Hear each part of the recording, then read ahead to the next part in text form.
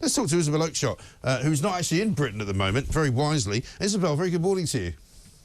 Good morning. Can we just talk about the dogs for a minute? I mean, is that for real? Are you making this up? I am not joking. I mean, there was a very sad story of a man that was attacked by his own XL bully dog, and it turns out there were several dogs that lived in the house with him. As a result, some of those dogs have not been found by the police, and they've now put out a sort of an APB on a picture of a dog. I mean, I've got a dog that lives in my street that looks a bit like that, but I'm not going to call the police and tell them to come and find him, because it's probably not the dog they're looking for.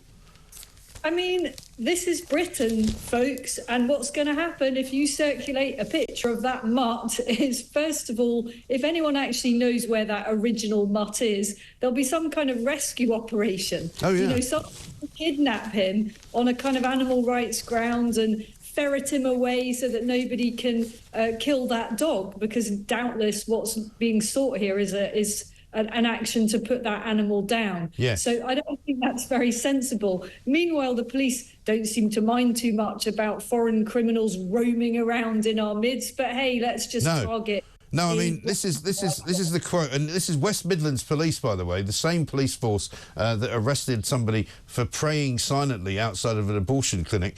Superintendent Sally Simpson of West Midlands Police said the investigation into the victim's death is continuing, and our priority right now is finding the other dogs that we believe may have been involved. I mean, you shouldn't really be laughing, but it's ridiculous, isn't it? Right. I don't want to make light of the fact that somebody has died as a result a dangerous dog. That isn't a laughing matter, but it is clearly ridiculous to circulate a picture like that. For a start, the dog looks really cute. If they put a snarling picture out, maybe the great people of our country would be galvanised. But as it is, people are just going to feel sorry for that dog, even if it's connected to the terrible crime.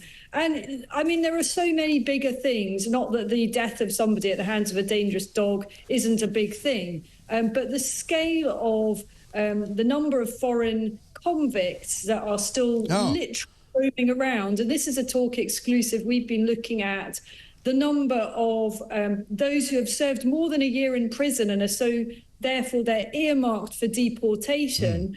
And the government has just failed to get them out of our country. I mean, in some cases, in fact, 4,000 almost have managed to evade deportation for more than 5 years. Right. You know, I'm kind of laughing here because it is so ridiculous. Couldn't we have a system where at the end of their sentence, although frankly I'd rather that they were actually made to serve their sentence in their country of origin. Yeah, me too. Couldn't we have a system where it's automatic? You don't get to come out at the end of your sentence, you get put straight on a plane. Is that really too much to ask? Because once they're out and they're roaming around, they can be pretty difficult to track down. Absolutely. I mean, even the names that we know of, which have been the sort of high-profile cases, that chemical attacker Abdul Zaidi, I mean, he managed to get granted asylum to live in this country, but he should have gone to prison for sex offences, didn't go to prison for them because I think the sentence was less than a year. So in the end, he ended up staying here and ended up, you know, harming people, ended up committing all sorts of dreadful crimes. Then we've got the other guy who was just sentenced the other day for trying to push somebody under a train. Turned out he was a Kurdish migrant who had been earmarked for deportation, but because he'd appealed the case, he was still living as a homeless person in London, and he nearly killed someone.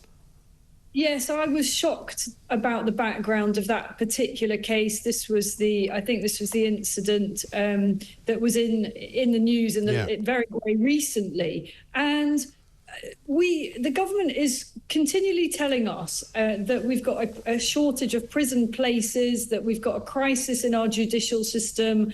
And yet our prisons are packed with foreign criminals. And then when they get out, we don't seem to be able to deport them. And guess what? They go on to commit other crimes and then go back into prison, and round and round and round it goes. Yeah. And all of this has huge societal costs, not just the money cost to the taxpayer, but the danger. And I think a lot of it is being covered up. The Home Office and the various other authorities are not very keen on publishing these statistics. Talk has to fight quite hard. They have to put in lots of freedom of information requests, which are routinely rejected because they're too expensive to answer or various other excuses. And eventually, if you get exactly the right wording, you may get some information that sheds some light on the situation. Government doesn't want people to know about this. They don't want people to know the scale of it. 17,500 foreign criminals who are at loose in our society because we are simply incapable of matching foreign criminals to flights leaving from Heathrow or other airports. Lots of flights leave every day. How hard can it be? Exactly right. And also, the reason they don't want us to think about it is because we might ask some other questions about, for example, why do we have 12,000 or so foreign criminals currently serving time in our prisons when we've got such pressure on the prison population? You know, surely if we let those people go outside the prison and send all of them home back to their countries of origin, then suddenly we'd have a lot more room in the prisons in order to lock people up. Because this morning, the Times front page has got a story in which it says that magistrates are being told not to send anyone to prison until next month because there isn't any room. I mean, it's totally ridiculous. It's completely ridiculous. I mean, we're harbouring all sorts of people. It turns out that we're actually looking after, and that's probably the words that the prison service would use, the so-called butcher of Bosnia. Yes. You remember Radovan Karadzic, who languishes in HMP Isle of Wight, no less. He's been put on the Isle of Wight because in the prison there, because it's deemed he'll be safer there. He was responsible for the appalling genocide, which saw the deaths of some 8,000 Muslims. He's on the Isle of Wight prison because there are less Muslims there, so he'll be safer. So it's nice that we've thought of it. He's been there since 2021. Now, Britain played a leading role in pursuing him for those war crimes. And perhaps it's right that we're proud of that. But I wonder why the UK should be responsible for keeping him in for years on end. I mean, we could do a kind of take it in turns, folks. He could do a year in Britain and a year in the Netherlands and go round. I frankly don't care if he has a bit of disruption as he's moved prison. But that's just one very extreme example. I don't see why people can't be deported pretty much straight away to time in their country of origin. Absolutely. Well, I didn't even know that Karadzic was in prison in this country literally until this week, and the Sun did that story, because not only is he languishing in the Isle of Wight, he's now suing the British government because we won't give him a laptop, claiming incredibly that we've somehow infringed his human rights. I mean, it's like a joke. It's like a bad joke. This whole country is like a bad joke now. Yeah. I mean, I couldn't agree with you. It's utterly desperate stuff, isn't it? And we can't blame the new government for all of it, because so much of this is a responsibility of the last lot. But I think what our listeners would like to hear is real commitment from the new administration that they're going to sort this out. And Yvette Cooper made a bit of a start, actually, earlier this week when she started talking tough about deportation. My fear is that talking tough will not actually amount to very much. It might amount to a few token prisoners or ex-prisoners being sent off. What I actually think, and I'm sorry if these words are ugly to people, I actually think we're at a point where we need mass deportation. It is not enough to be putting a couple of people to be held up as an example on a plane with 300 quid, or sorry, it's actually 3,000, isn't it? That some of them are bribed to go. That's not enough. We need mass deportations of people who have no right to be in this country, and even worse, those who have committed heinous crimes in our country.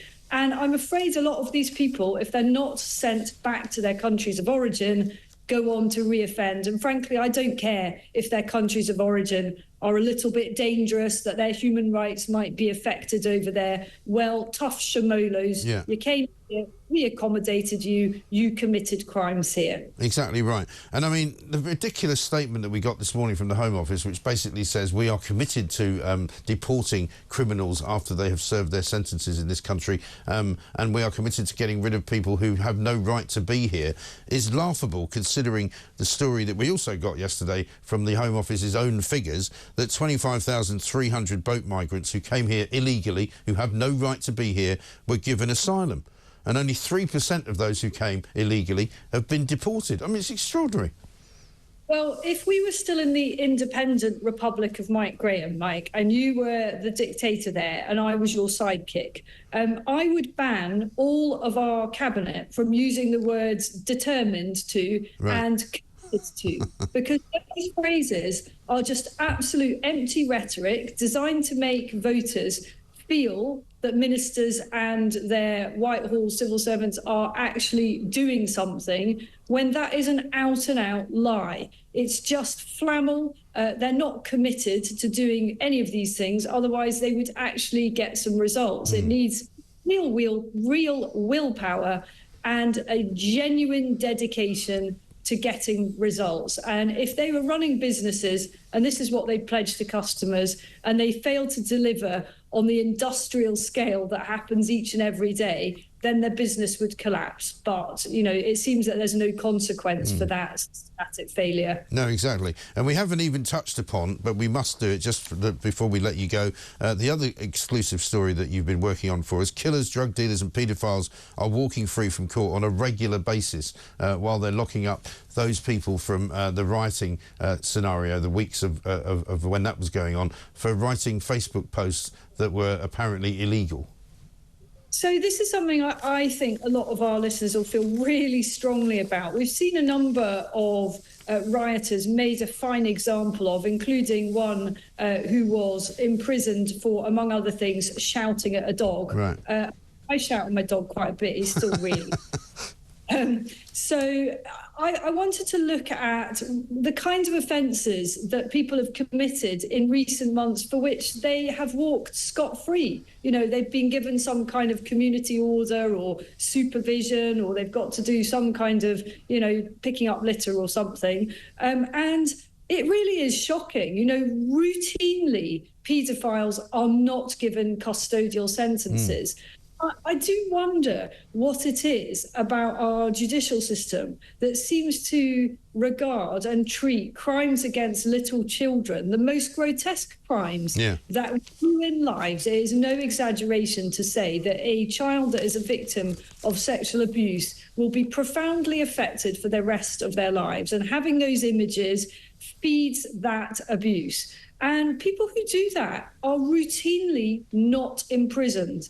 And I think most voters would rather see those people behind bars if we have to choose, and let's face it, we're very much in a situation of having to choose who goes to prison, than people that knocked over wheelie bins and shouted some hurty words. In an ideal world, we'd be imprisoning lots more people, and certainly anyone who committed awful acts of violence or genuinely encouraged others to commit acts of harm. But actually shouting at police dogs and knocking over wheelie bins should not get a 3-year prison sentence when paedophiles are walking free. The Home Office, we did contact them. They don't seem to have much to say about this litany of non-custodial sentences for people who really do a great deal of harm in our society.